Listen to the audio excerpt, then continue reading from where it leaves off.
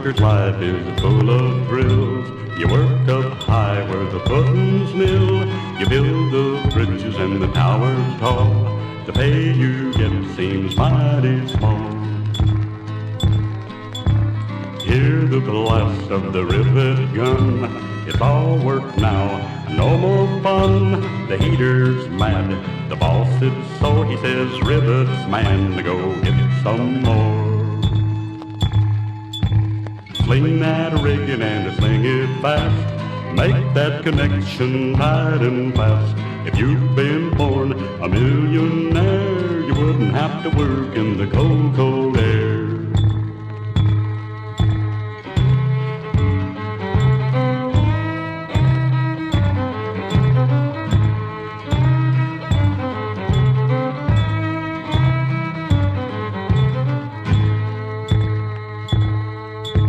Blackie and Brownie and Whitey and Red, some of the boys are already dead. They gave their life for the work they loved. The fate now rests with the man up above. We're JIWs on Madison, but we are rod busters. Rod busters and sod busters from Southwest Wisconsin. They're building a beam, and it's, the engineer on the print specified a certain number of bars and a certain spacing and a certain, and a certain lap between them. And so that's all they're doing is filling up these stirrups with the required number of bars. I'm coming your way.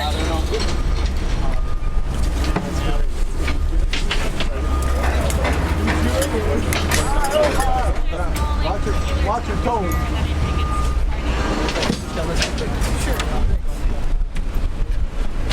Watch your toes.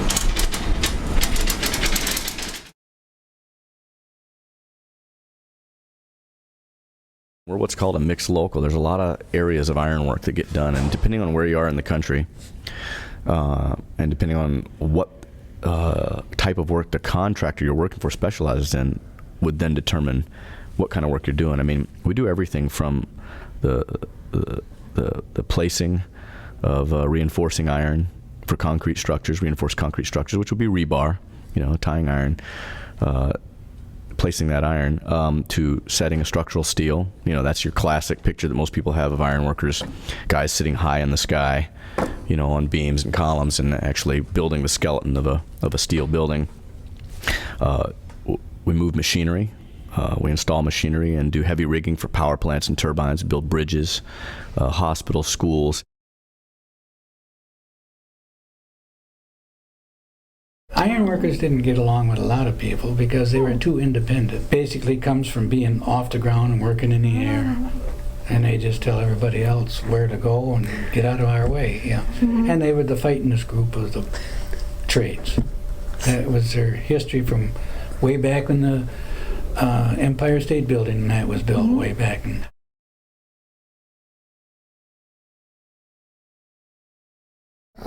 Guys like to drink a lot. No, we've been in the tavern at 6 a.m. if we can find an open one. It's warmer in there. And they got cold beer. It's just kind of the way we operate. I know a few guys that operate it and they quit, they're sober, it's fine. They're still good ironworkers, don't get me wrong. You don't have to be a drunken bastard to be up there with us or be even around us, but it's, to me, I think it helps.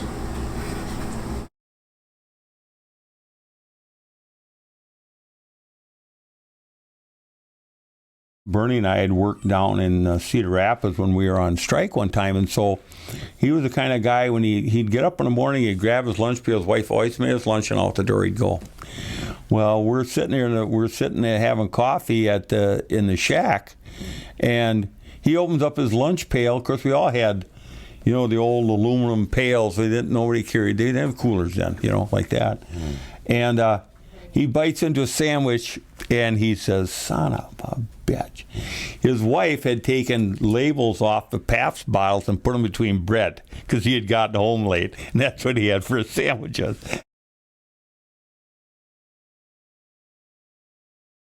Plus, I still always say the best incentive was a good wife and a healthy mortgage. Could make you go to work. You're getting your ass out of bed and going to work. We got a house payment this week. And that's why to guys who get mad, I'd actually just soon talk to the wife. And because they're, they say what you want.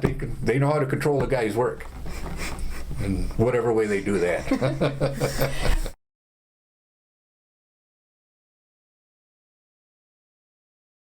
Say one thing, ironworkers, they have to be of a certain personality, I think, I have found out over the years. They are guys that see things a certain way. And if you ever looked in their magazine, I don't know, there might even be one here. Oh, there's several over here. And they show jobs from other parts of the country, and then they will show pictures of the guys and that. It doesn't matter where you go, where they're from. They all dress the same. Everybody has their things that they claim that is their work, your jurisdiction. This is what we do. And the carpenters, we've always been at odds with them a little bit because of the fact that we were doing the things up in the air that were. I think there was the ironworker always felt, he was a little bit special compared to other crafts on the job. I don't want to be a carpenter and I don't want to be a bricklayer. He says, what do you want to be? I said, I want to be an ironworker. Oh, Jesus. What do you want to be an ironworker for? He said, yeah, because him and ironworkers never got along. Ironworkers didn't get along with a lot of people because they were too independent. I just started laughing, and Tim DeMenter, my BA there, he's got any problems back there, Wood? I said, no, it's all right, man. I'll tell you later. So he hits me up after the meetings. What seemed to be so funny in there? I said, you know what? I badmouth carpenters too, but you're up there. Order, with a wooden fucking hammer and a wooden fucking ballot box, and we're ironworkers. That ain't right. So somehow my cocky and my mouth got me delegated to, oh, you want to build a ballot box then, huh?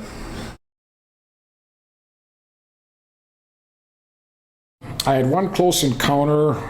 We were working on a creamery about 90 feet high up in Stratford, and we had a beam coming in, and they had a rope tied on one end of it, and I was kind of sitting on a corner of a building, which I wasn't tied off back in them days, like I say, and it was really windy that afternoon. I mean, it was probably gusting 25, 30 miles an hour.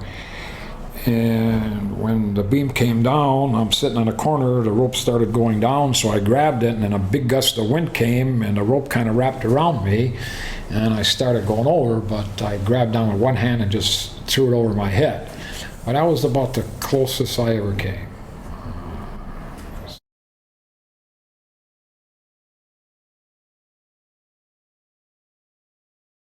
And we were doing a job in Janesville, and I was going from one beam or bar joist to another, and I got hooked up with a tool that I always carried on my pants.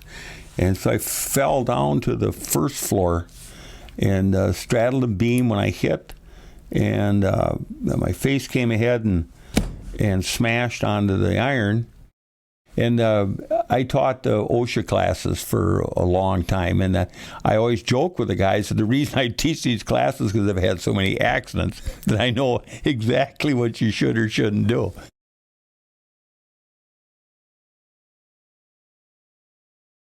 And we were putting the metal roof on a building. I was the man on the ground feeding them all the material and everything, and moving the scaffold along. That's a safety protection. So they don't, if they slide off, they'll have that scaffold to land on and that. He wanted me to move the wagon ahead. This way if you slip, you'll still be protected. 2 sheets later, here he comes off the roof. The sheet took off. When they picked the one sheet up, he stepped on the bundle and that top sheet slid. Ooh.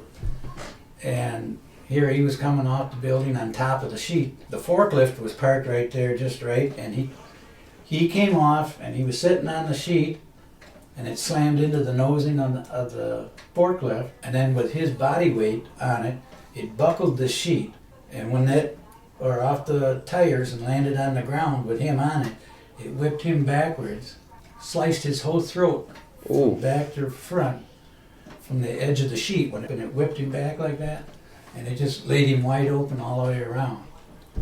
And it took me quite a while until the fire trucks got there to get him to stop bleeding, and they wanted to take it all apart, you know, my wrapping that I had around his neck and that, and I just held tight compression on it again, but I was covered in blood, the whole front of me and everything, and I told the fireman, I said, don't unwrap that till you get to the hospital. I said, I just now got it to stop bleeding. Well, we gotta look and see what it is. And I said, well, they opened it up again. Well, they couldn't get it stopped, and they took off to the hospital as fast as they could go then. But that's a long ride. Yeah. From the far east side of Madison back up to the other side of the square to the hospital.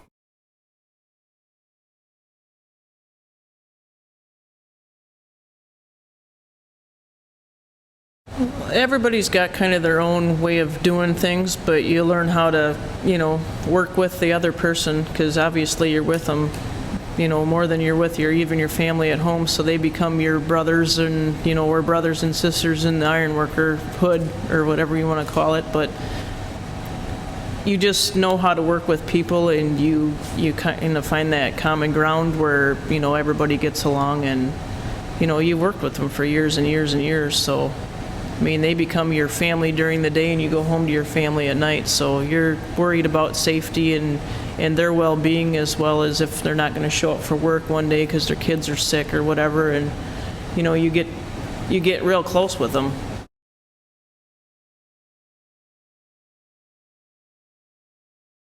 Not everybody wants to be an ironworker. I mean, it's cold, wind blows, you still work. The equipment's much better. I mean, it's cold, it's miserable, you're gonna hurt, you're never on flat ground, but God, it's fun. You're just proud of what you see when you drive around town. Like I've always said, if we can't have fun at work, why? I was quite independent, and I liked being up there because you're in the air, you're your own boss. I liked it. I really did. And I like climbing. I still like climbing. I really loved my trade. I did.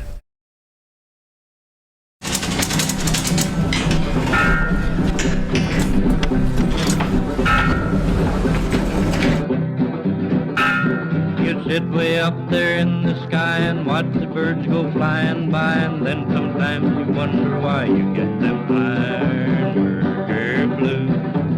You get them ironworker blues. You wait for the boss to say come down, you wait for a job that's on the ground, you wait for payday to roll around, then you got ironworker blues. You get them ironworker blues.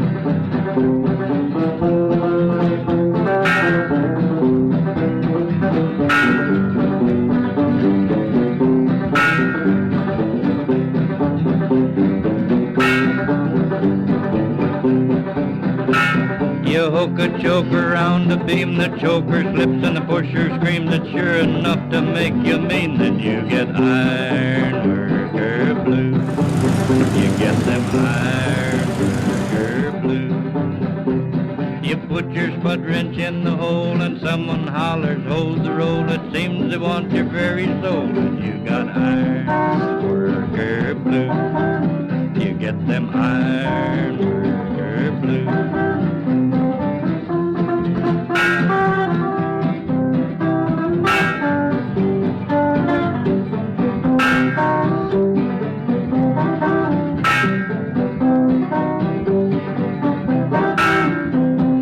Take your rod wrench from your hip, the wire breaks and you hit your lip. It's near enough to make you quit, then you get ironworker blues. You get them ironworker blues. It seems that you can't never gain. It's either gotta snow or rain, or you get so cold you feel no pain, then you got iron.